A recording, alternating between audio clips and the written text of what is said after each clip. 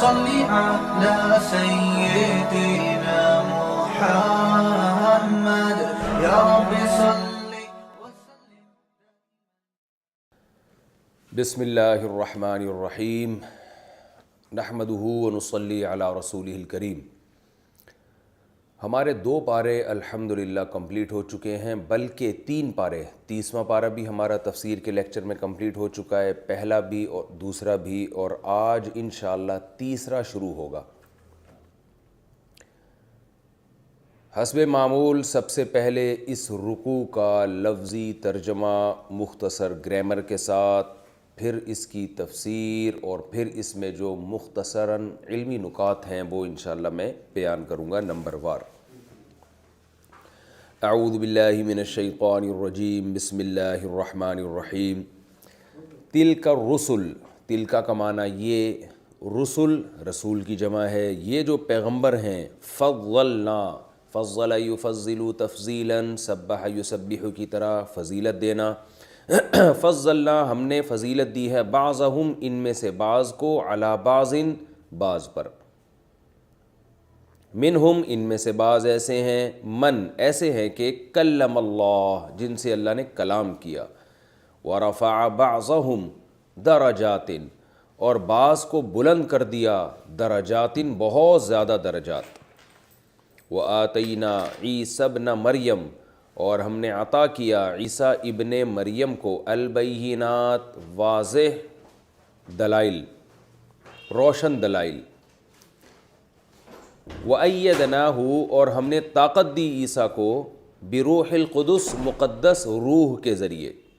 وَلَوْ شَاءَ اللَّهُ، اور اگر اللہ چاہتا، مَقْتَتَلَ، ما کا معنی نہیں، اقتتل، آپس میں قتال کرنا، اکتسبہ کی طرح. مَقْتَتَلَ الَّذِينَ مِن بَعْدِهِمْ، نہیں قتال کرتے وہ لوگ جو ان پیغمبروں کے بعد آئے.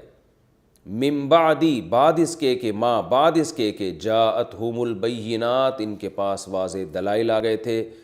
یعنی واضح دلائل آنے کے بعد بھی یہ لوگ قتال نہ کرتے اگر اللہ چاہتا. وَلَٰكِنِ اخْتَلَفُوا، وَلَٰكِنْ اخْتَلَفُوا تھا اصل میں، ملا کے پڑھا جاتا ہے، وَلَٰكِنِ اخْتَلَفُوا، لیکن انہوں نے اختلاف کیا. فَمِنْهُمْ، پس ان میں سے بعض ایسے تھے، من، آمنا، جو ایمان لائے. وَمِنْهُمْ من، اور ان میں بعض ایسے تھے، کفر، جنہوں نے کفر کیا. وَلَوْ شَاءَ اللَّهُ، اور اگر اللہ چاہتا، مَقْتَتَلُوا، یہ آپس میں قتال نہ کرتے. وَلَٰكِنَّ اللَّهَ، لیکن اللہ تعالیٰ، يَفْعَلُ مَا يُرِيد، کرتا ہے وہ، یرید جو چاہتا ہے، جو جس چیز کا ارادہ کرتا ہے. اراد یرید، ارود یربد کی طرح ہے. یا ایھا الذین آمنوا، اے لوگو جو ایمان لائے ہو، انفقوا، اکرموا کی طرح، انفاق کرو، مما، اصل میں تھا من ما، رزقناکم، جو رزق ہم نے تمہیں دیا ہے، من قبل ان یأتی، اس سے پہلے کہ آ جائے، یوم، ایک دن، لا بیع فیہ، جس میں کوئی بیع نہیں ہے. بیع خرید و فروخت کو کہتے ہیں، جس میں کوئی بیع نہیں ہے. ولا خلۃ، اور نہ دوستی. خلہ گہری دوستی کو کہتے ہیں، جس کو خلیل اسی سے نکلا ہے، جو بالکل آپ کا گہرا دوست ہوتا ہے نا. حدیث میں آتا ہے، لو کنت متخذا خلیلا لاتخذت ابا بکر خلیلا، اگر میں کسی کو اپنا خلیل بناتا تو ابو بکر کو بناتا، لیکن میرا خلیل صرف اللہ ہے. تو بہت ہی گہرا جو دوست ہوتا ہے نا، اس کو خلیل کہا جاتا ہے. ولا خلۃ، اور کوئی دوستی نہیں ہوگی. ولا شفاعۃ، اور کوئی شفاعت نہیں ہوگی. والکافرون هم الظالمون، اور کافر لوگ ہی ظالم ہیں. اللہ لا الہ الا ہو، اللہ وہ ذات ہے کہ لا الہ الا ہو، نہیں ہے کوئی معبود سوائے اس کے. الحی القیوم، الحی کا معنی زندہ ہے، القیوم تھامنے والا ہے ہر چیز کو. قیم عربی میں کہتے ہیں حاکم کو، نگہبان کو، ذمہ دار کو. جیسے قرآن میں آتا ہے الرجال قوامون، مرد جو ہیں وہ سربراہ ہیں. اور اس میں صرف سربراہی کا معنی نہیں ہوتا قوام یا قیم میں، بلکہ وہ سربراہ جس کی ذمہ داری بھی ہو. ایک تو ہوتا ہے نا بادشاہ، جو بس حاکم ہوتا ہے اور وہ سمجھتا ہے کہ سب پر میری حکومت ہے، تو اس کو تو ملک کہیں گے، بادشاہ کہیں گے. قیم کا معنی جو جس میں ذمہ داری کا عنصر بھی پایا جائے، جیسے باپ اپنی اولاد کے لیے ہوتا ہے. کہ صرف وہ بڑا نہیں ہے بلکہ اس کے ذمے اولاد کو کچھ ہوتا ہے تو باپ سے سوال کیا جاتا ہے. تو تھامنے والا، نظام کو چلانے والا، اور ایسا چلانے والا کہ اس میں سربراہی کا عنصر بھی پایا جائے. تو اللہ فرماتے ہیں القیوم، زندہ ہے، القیوم تھامنے والا ہے.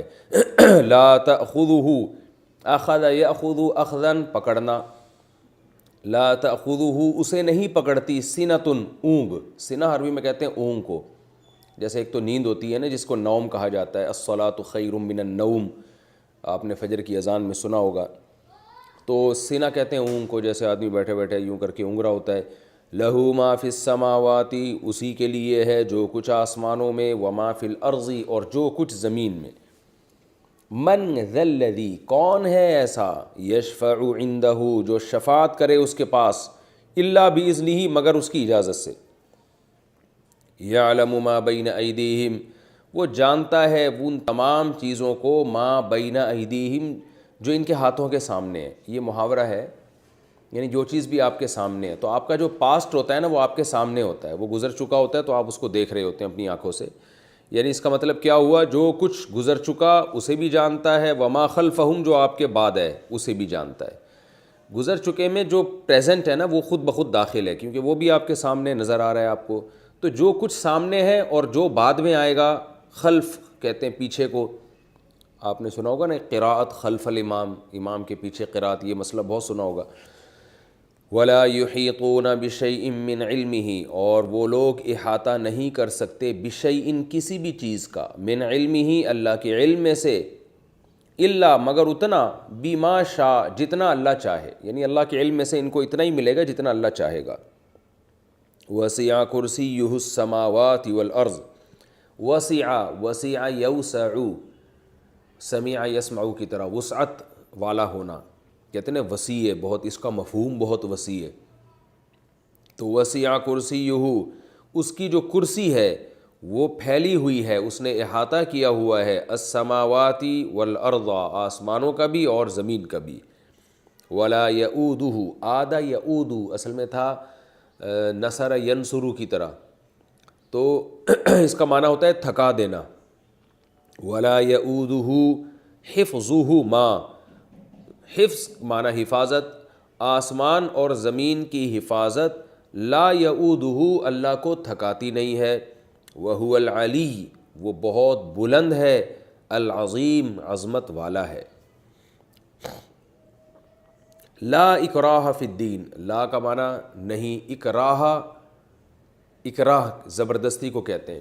جیسے ہوتا ہے نا مکروہ، مکروہ کسے کہتے ہیں جو ناپسند ہو، یعنی آپ چاہتے نہیں ہو کہ اس کو آپ استعمال کرو. تو اکراہ کا معنی کسی کو زبردستی کسی کام پہ مجبور کرنا، اکراہ یکرہ اکراہا. تو اللہ فرماتے ہیں لا اکراہ فی الدین، دین میں زبردستی نہیں ہے. کیوں نہیں ہے؟ قد تبین الرشد من الغی، تحقیق واضح ہو چکی ہے ہدایت، رشد ہدایت کو کہتے ہیں، رشد و ہدایت. من الغی، غی گمراہی کو کہتے ہیں، کیونکہ ہدایت گمراہی سے واضح ہو چکی ہے.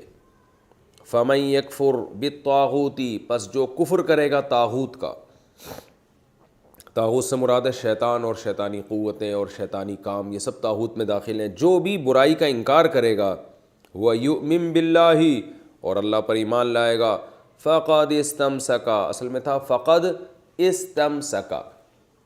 استمساک کا معنی ہوتا ہے کسی چیز کو مضبوطی سے تھام لینا.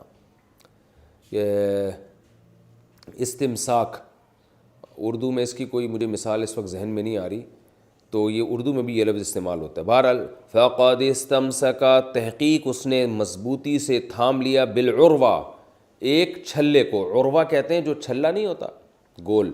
الوثقہ یہ اوثق کی مؤنث ہے. اوثق مضبوط، وثیق سے کہتے ہیں نا کہ یہ ایگریمنٹ کو بھی وثاق کہا جاتا ہے. تو بہرحال وثقہ مضبوط، بالعروۃ الوثقہ تحقیق اس نے تھام لیا مضبوطی سے ایک مضبوط چھلے کو. لن انفصام لہا اصل میں تھا لا انفصام، فصم کہتے ہیں ٹوٹنے کو، جدا ہونے کو، انفصام باب انفعال کی طرح، افتعال کی طرح انفعال. لن انفصام لہا، میں نے افتعال اور انفعال کو ایک ہی طرح سے بتایا آپ لوگوں کو. خیر، لن انفصام لہا اس میں کوئی لہا کا معنی یہ چھلا، اس چھلے کے لیے کوئی ٹوٹنا نہیں ہے، یعنی ٹوٹنے کا امکان ہی نہیں ہے، اتنا مضبوط چھلا۔ واللہ سمیع علیم، اور اللہ سننے والا اور جاننے والا ہے۔ اللہ ولی الذین آمنوا، اللہ دوست ہے، ولی دوست کو کہتے ہیں۔ اصل میں ولی یلی یعنی سمیع حسب یحسب کی طرح ولی یلی، یولیو تھا اصل، اس کا معنی ہوتا ہے قریب ہونا۔ تو ولی دوست کو کہتے ہیں، ولی اللہ، اللہ کے قریب جو ہو، تو یعنی اس میں دوستی کا معنی اس لیے کہ وہ دوست اکثر دوست کے قریب رہتا ہے۔ اللہ ولی الذین آمنوا، اللہ دوست ہے ان لوگوں کا جو ایمان لائے۔ یخرجہم من الظلمات الی النور، نکالتا ہے ان کو اندھیروں سے نور کی طرف، روشنی کی طرف۔ والذین کفروا، اور جو کافر ہیں، جو کافر کا مطلب یاد رکھیں قرآن کی اصطلاح میں وہ کافر نہیں جس کو ہم اصطلاحی کافر کہتے ہیں، کیونکہ اصطلاح میں تو کافر اسے سمجھا جاتا ہے جو توحید کا اقرار نہ کرے اور رسالت کا اقرار نہ کرے، لیکن قرآن کی اصطلاح میں مسلمان پر بھی بعض دفعہ کافر کا لفظ اطلاق ہوا ہے، یعنی کافر سے مراد جو انکار کرے، چاہے عمل سے چاہے زبان سے، تو اس میں سب طرح کے لوگ داخل ہیں، کوئی بھی جو بھی ناشکرے ہوتے ہیں۔ والذین کفروا، اور جو لوگ انکار کرتے ہیں، اولیاؤہم الطاغوت، ولی کی جمع اولیاء آتی ہے، ان کے جو دوست ہیں وہ شیطان ہیں۔ یخرجونہم، یہ نکالتے ہیں شیاطین ان کافروں کو، من النور الی الظلمات، روشنی سے اندھیروں کی طرف۔ اولئک اصحاب النار، یہ آگ والے لوگ ہیں، ہم فیہا خالدون، اور یہ اس میں ہمیشہ رہیں گے۔ یہ تو اس رکوع کا لفظی ترجمہ اور مختصر گرامر ہو گئی۔ میں انشاءاللہ اس کی تفسیر پیش کروں گا۔ یہ تیسرا رکوع ہے جی۔ اس سے پہلے دوسرا پارہ جہاں ختم ہوا تھا، داؤد علیہ السلام کا واقعہ بیان ہوا تھا کہ بنی اسرائیل میں داؤد علیہ السلام ایک امتی کی حیثیت سے لڑ رہے تھے، بہت سخت جہاد تھا، لیکن داؤد علیہ السلام نے اس میں بے انتہا بہادری دکھائی اور جالوت کو قتل کیا۔ تو اللہ تعالیٰ نے آپ کو علم بھی عطا فرمایا، نبوت بھی عطا فرمائی، اور اللہ نے آپ کو وہ کچھ سکھایا جو اللہ نے چاہا، پرندوں کی بولیاں اور لوہے کو پگھلانا، آپ کے ہاتھ میں لوہا پگھل جایا کرتا تھا، زرہیں بنایا کرتے تھے، جنگی لباس بنایا کرتے تھے، یہ ساری جو یہ اس زمانے کی یوں سمجھیں کہ آپ ایک ٹیکنالوجی تھی اس زمانے میں، وہ اللہ تعالیٰ نے داؤد علیہ السلام کو عطا فرمائی بطور معجزہ۔ تو یہاں اب اللہ تعالیٰ فرماتے ہیں کہ دیکھو یہ جو پیغمبر ہیں نا، جیسے داؤد علیہ السلام کا ذکر کیا ہم نے، تلک الرسول فضلنا بعضهم علی بعض، یہ پیغمبر کی ایک جماعت ہے جن میں ہم نے بعض کو بعض پر فضیلت دی ہے، جیسے داؤد کا تذکرہ تمہارے سامنے آ گیا کہ داؤد علیہ السلام کو ہم نے کتنی فضیلت دی۔ تو یہ اللہ کا قانون ہے کہ اللہ نے پیغمبر دنیا میں بھیجے ہیں اور ان کے سب کے درجات ایک جیسے اللہ نے نہیں رکھے، تو اسی کا تذکرہ قرآن مجید میں یہاں ہوا، تلک الرسل فضلنا بعضهم علی بعض، یہ پیغمبروں کی جماعت ہے جن میں ہم نے بعض کو بعض پر فضیلت دی۔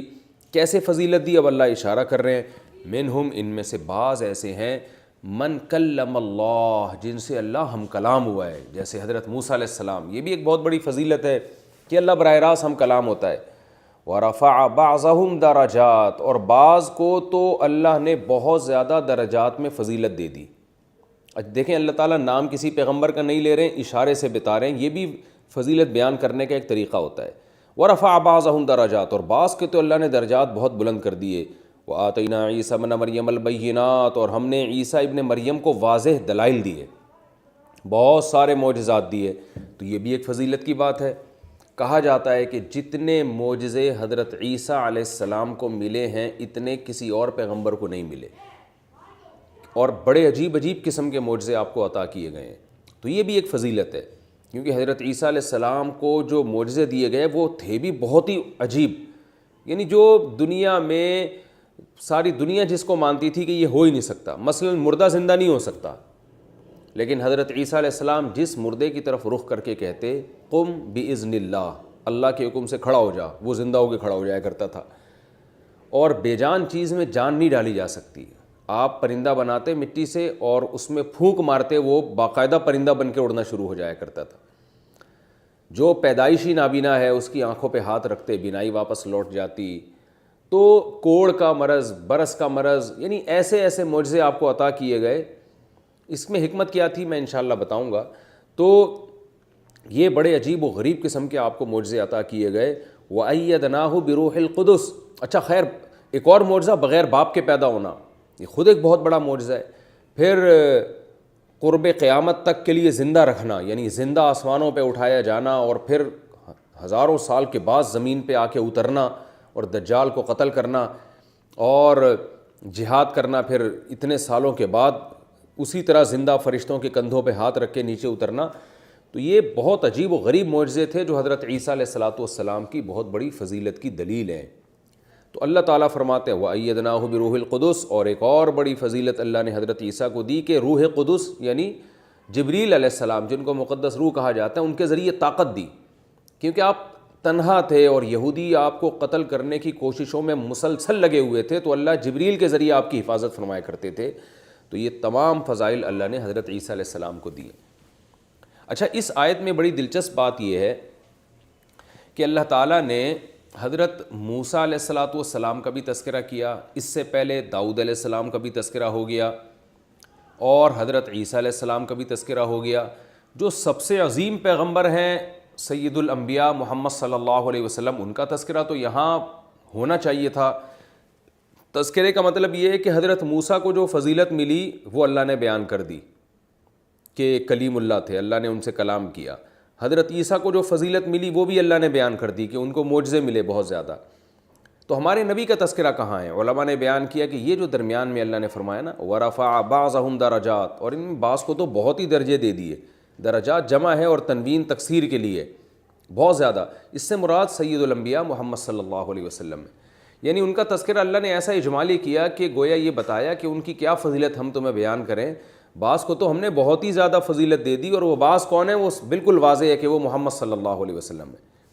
تو یہ بھی ایک بڑی بات ہے اور ہمارے نبی صلی اللہ علیہ وسلم کی فضیلت کی بہت بڑی دلیل ہے کہ اللہ نے آپ کی فضیلت کو بیان کرنے کے لیے کسی ایک صفت کو ہائی لائٹ نہیں کیا، کیونکہ وہ صفت ہائی لائٹ ہو جاتی تو پتہ چلتا کہ بھئی اس وجہ سے فضیلت ہے.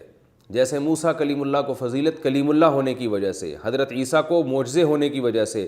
تو اگر دو چار صفات نبی کی بیان کر دی جاتی تو یہ ایسا ہوتا جیسے بھئی اس وجہ سے. تو اللہ نے فرمایا وہ وجہ چھوڑو، اس لیے کہ ان میں اتنی ساری وجوہات ہیں کہ وہ وجوہات بیان نہیں کی جائیں گی، بلکہ اللہ نے بتا دیا بعض کو تو اللہ نے بہت ہی بلند درجات دیے.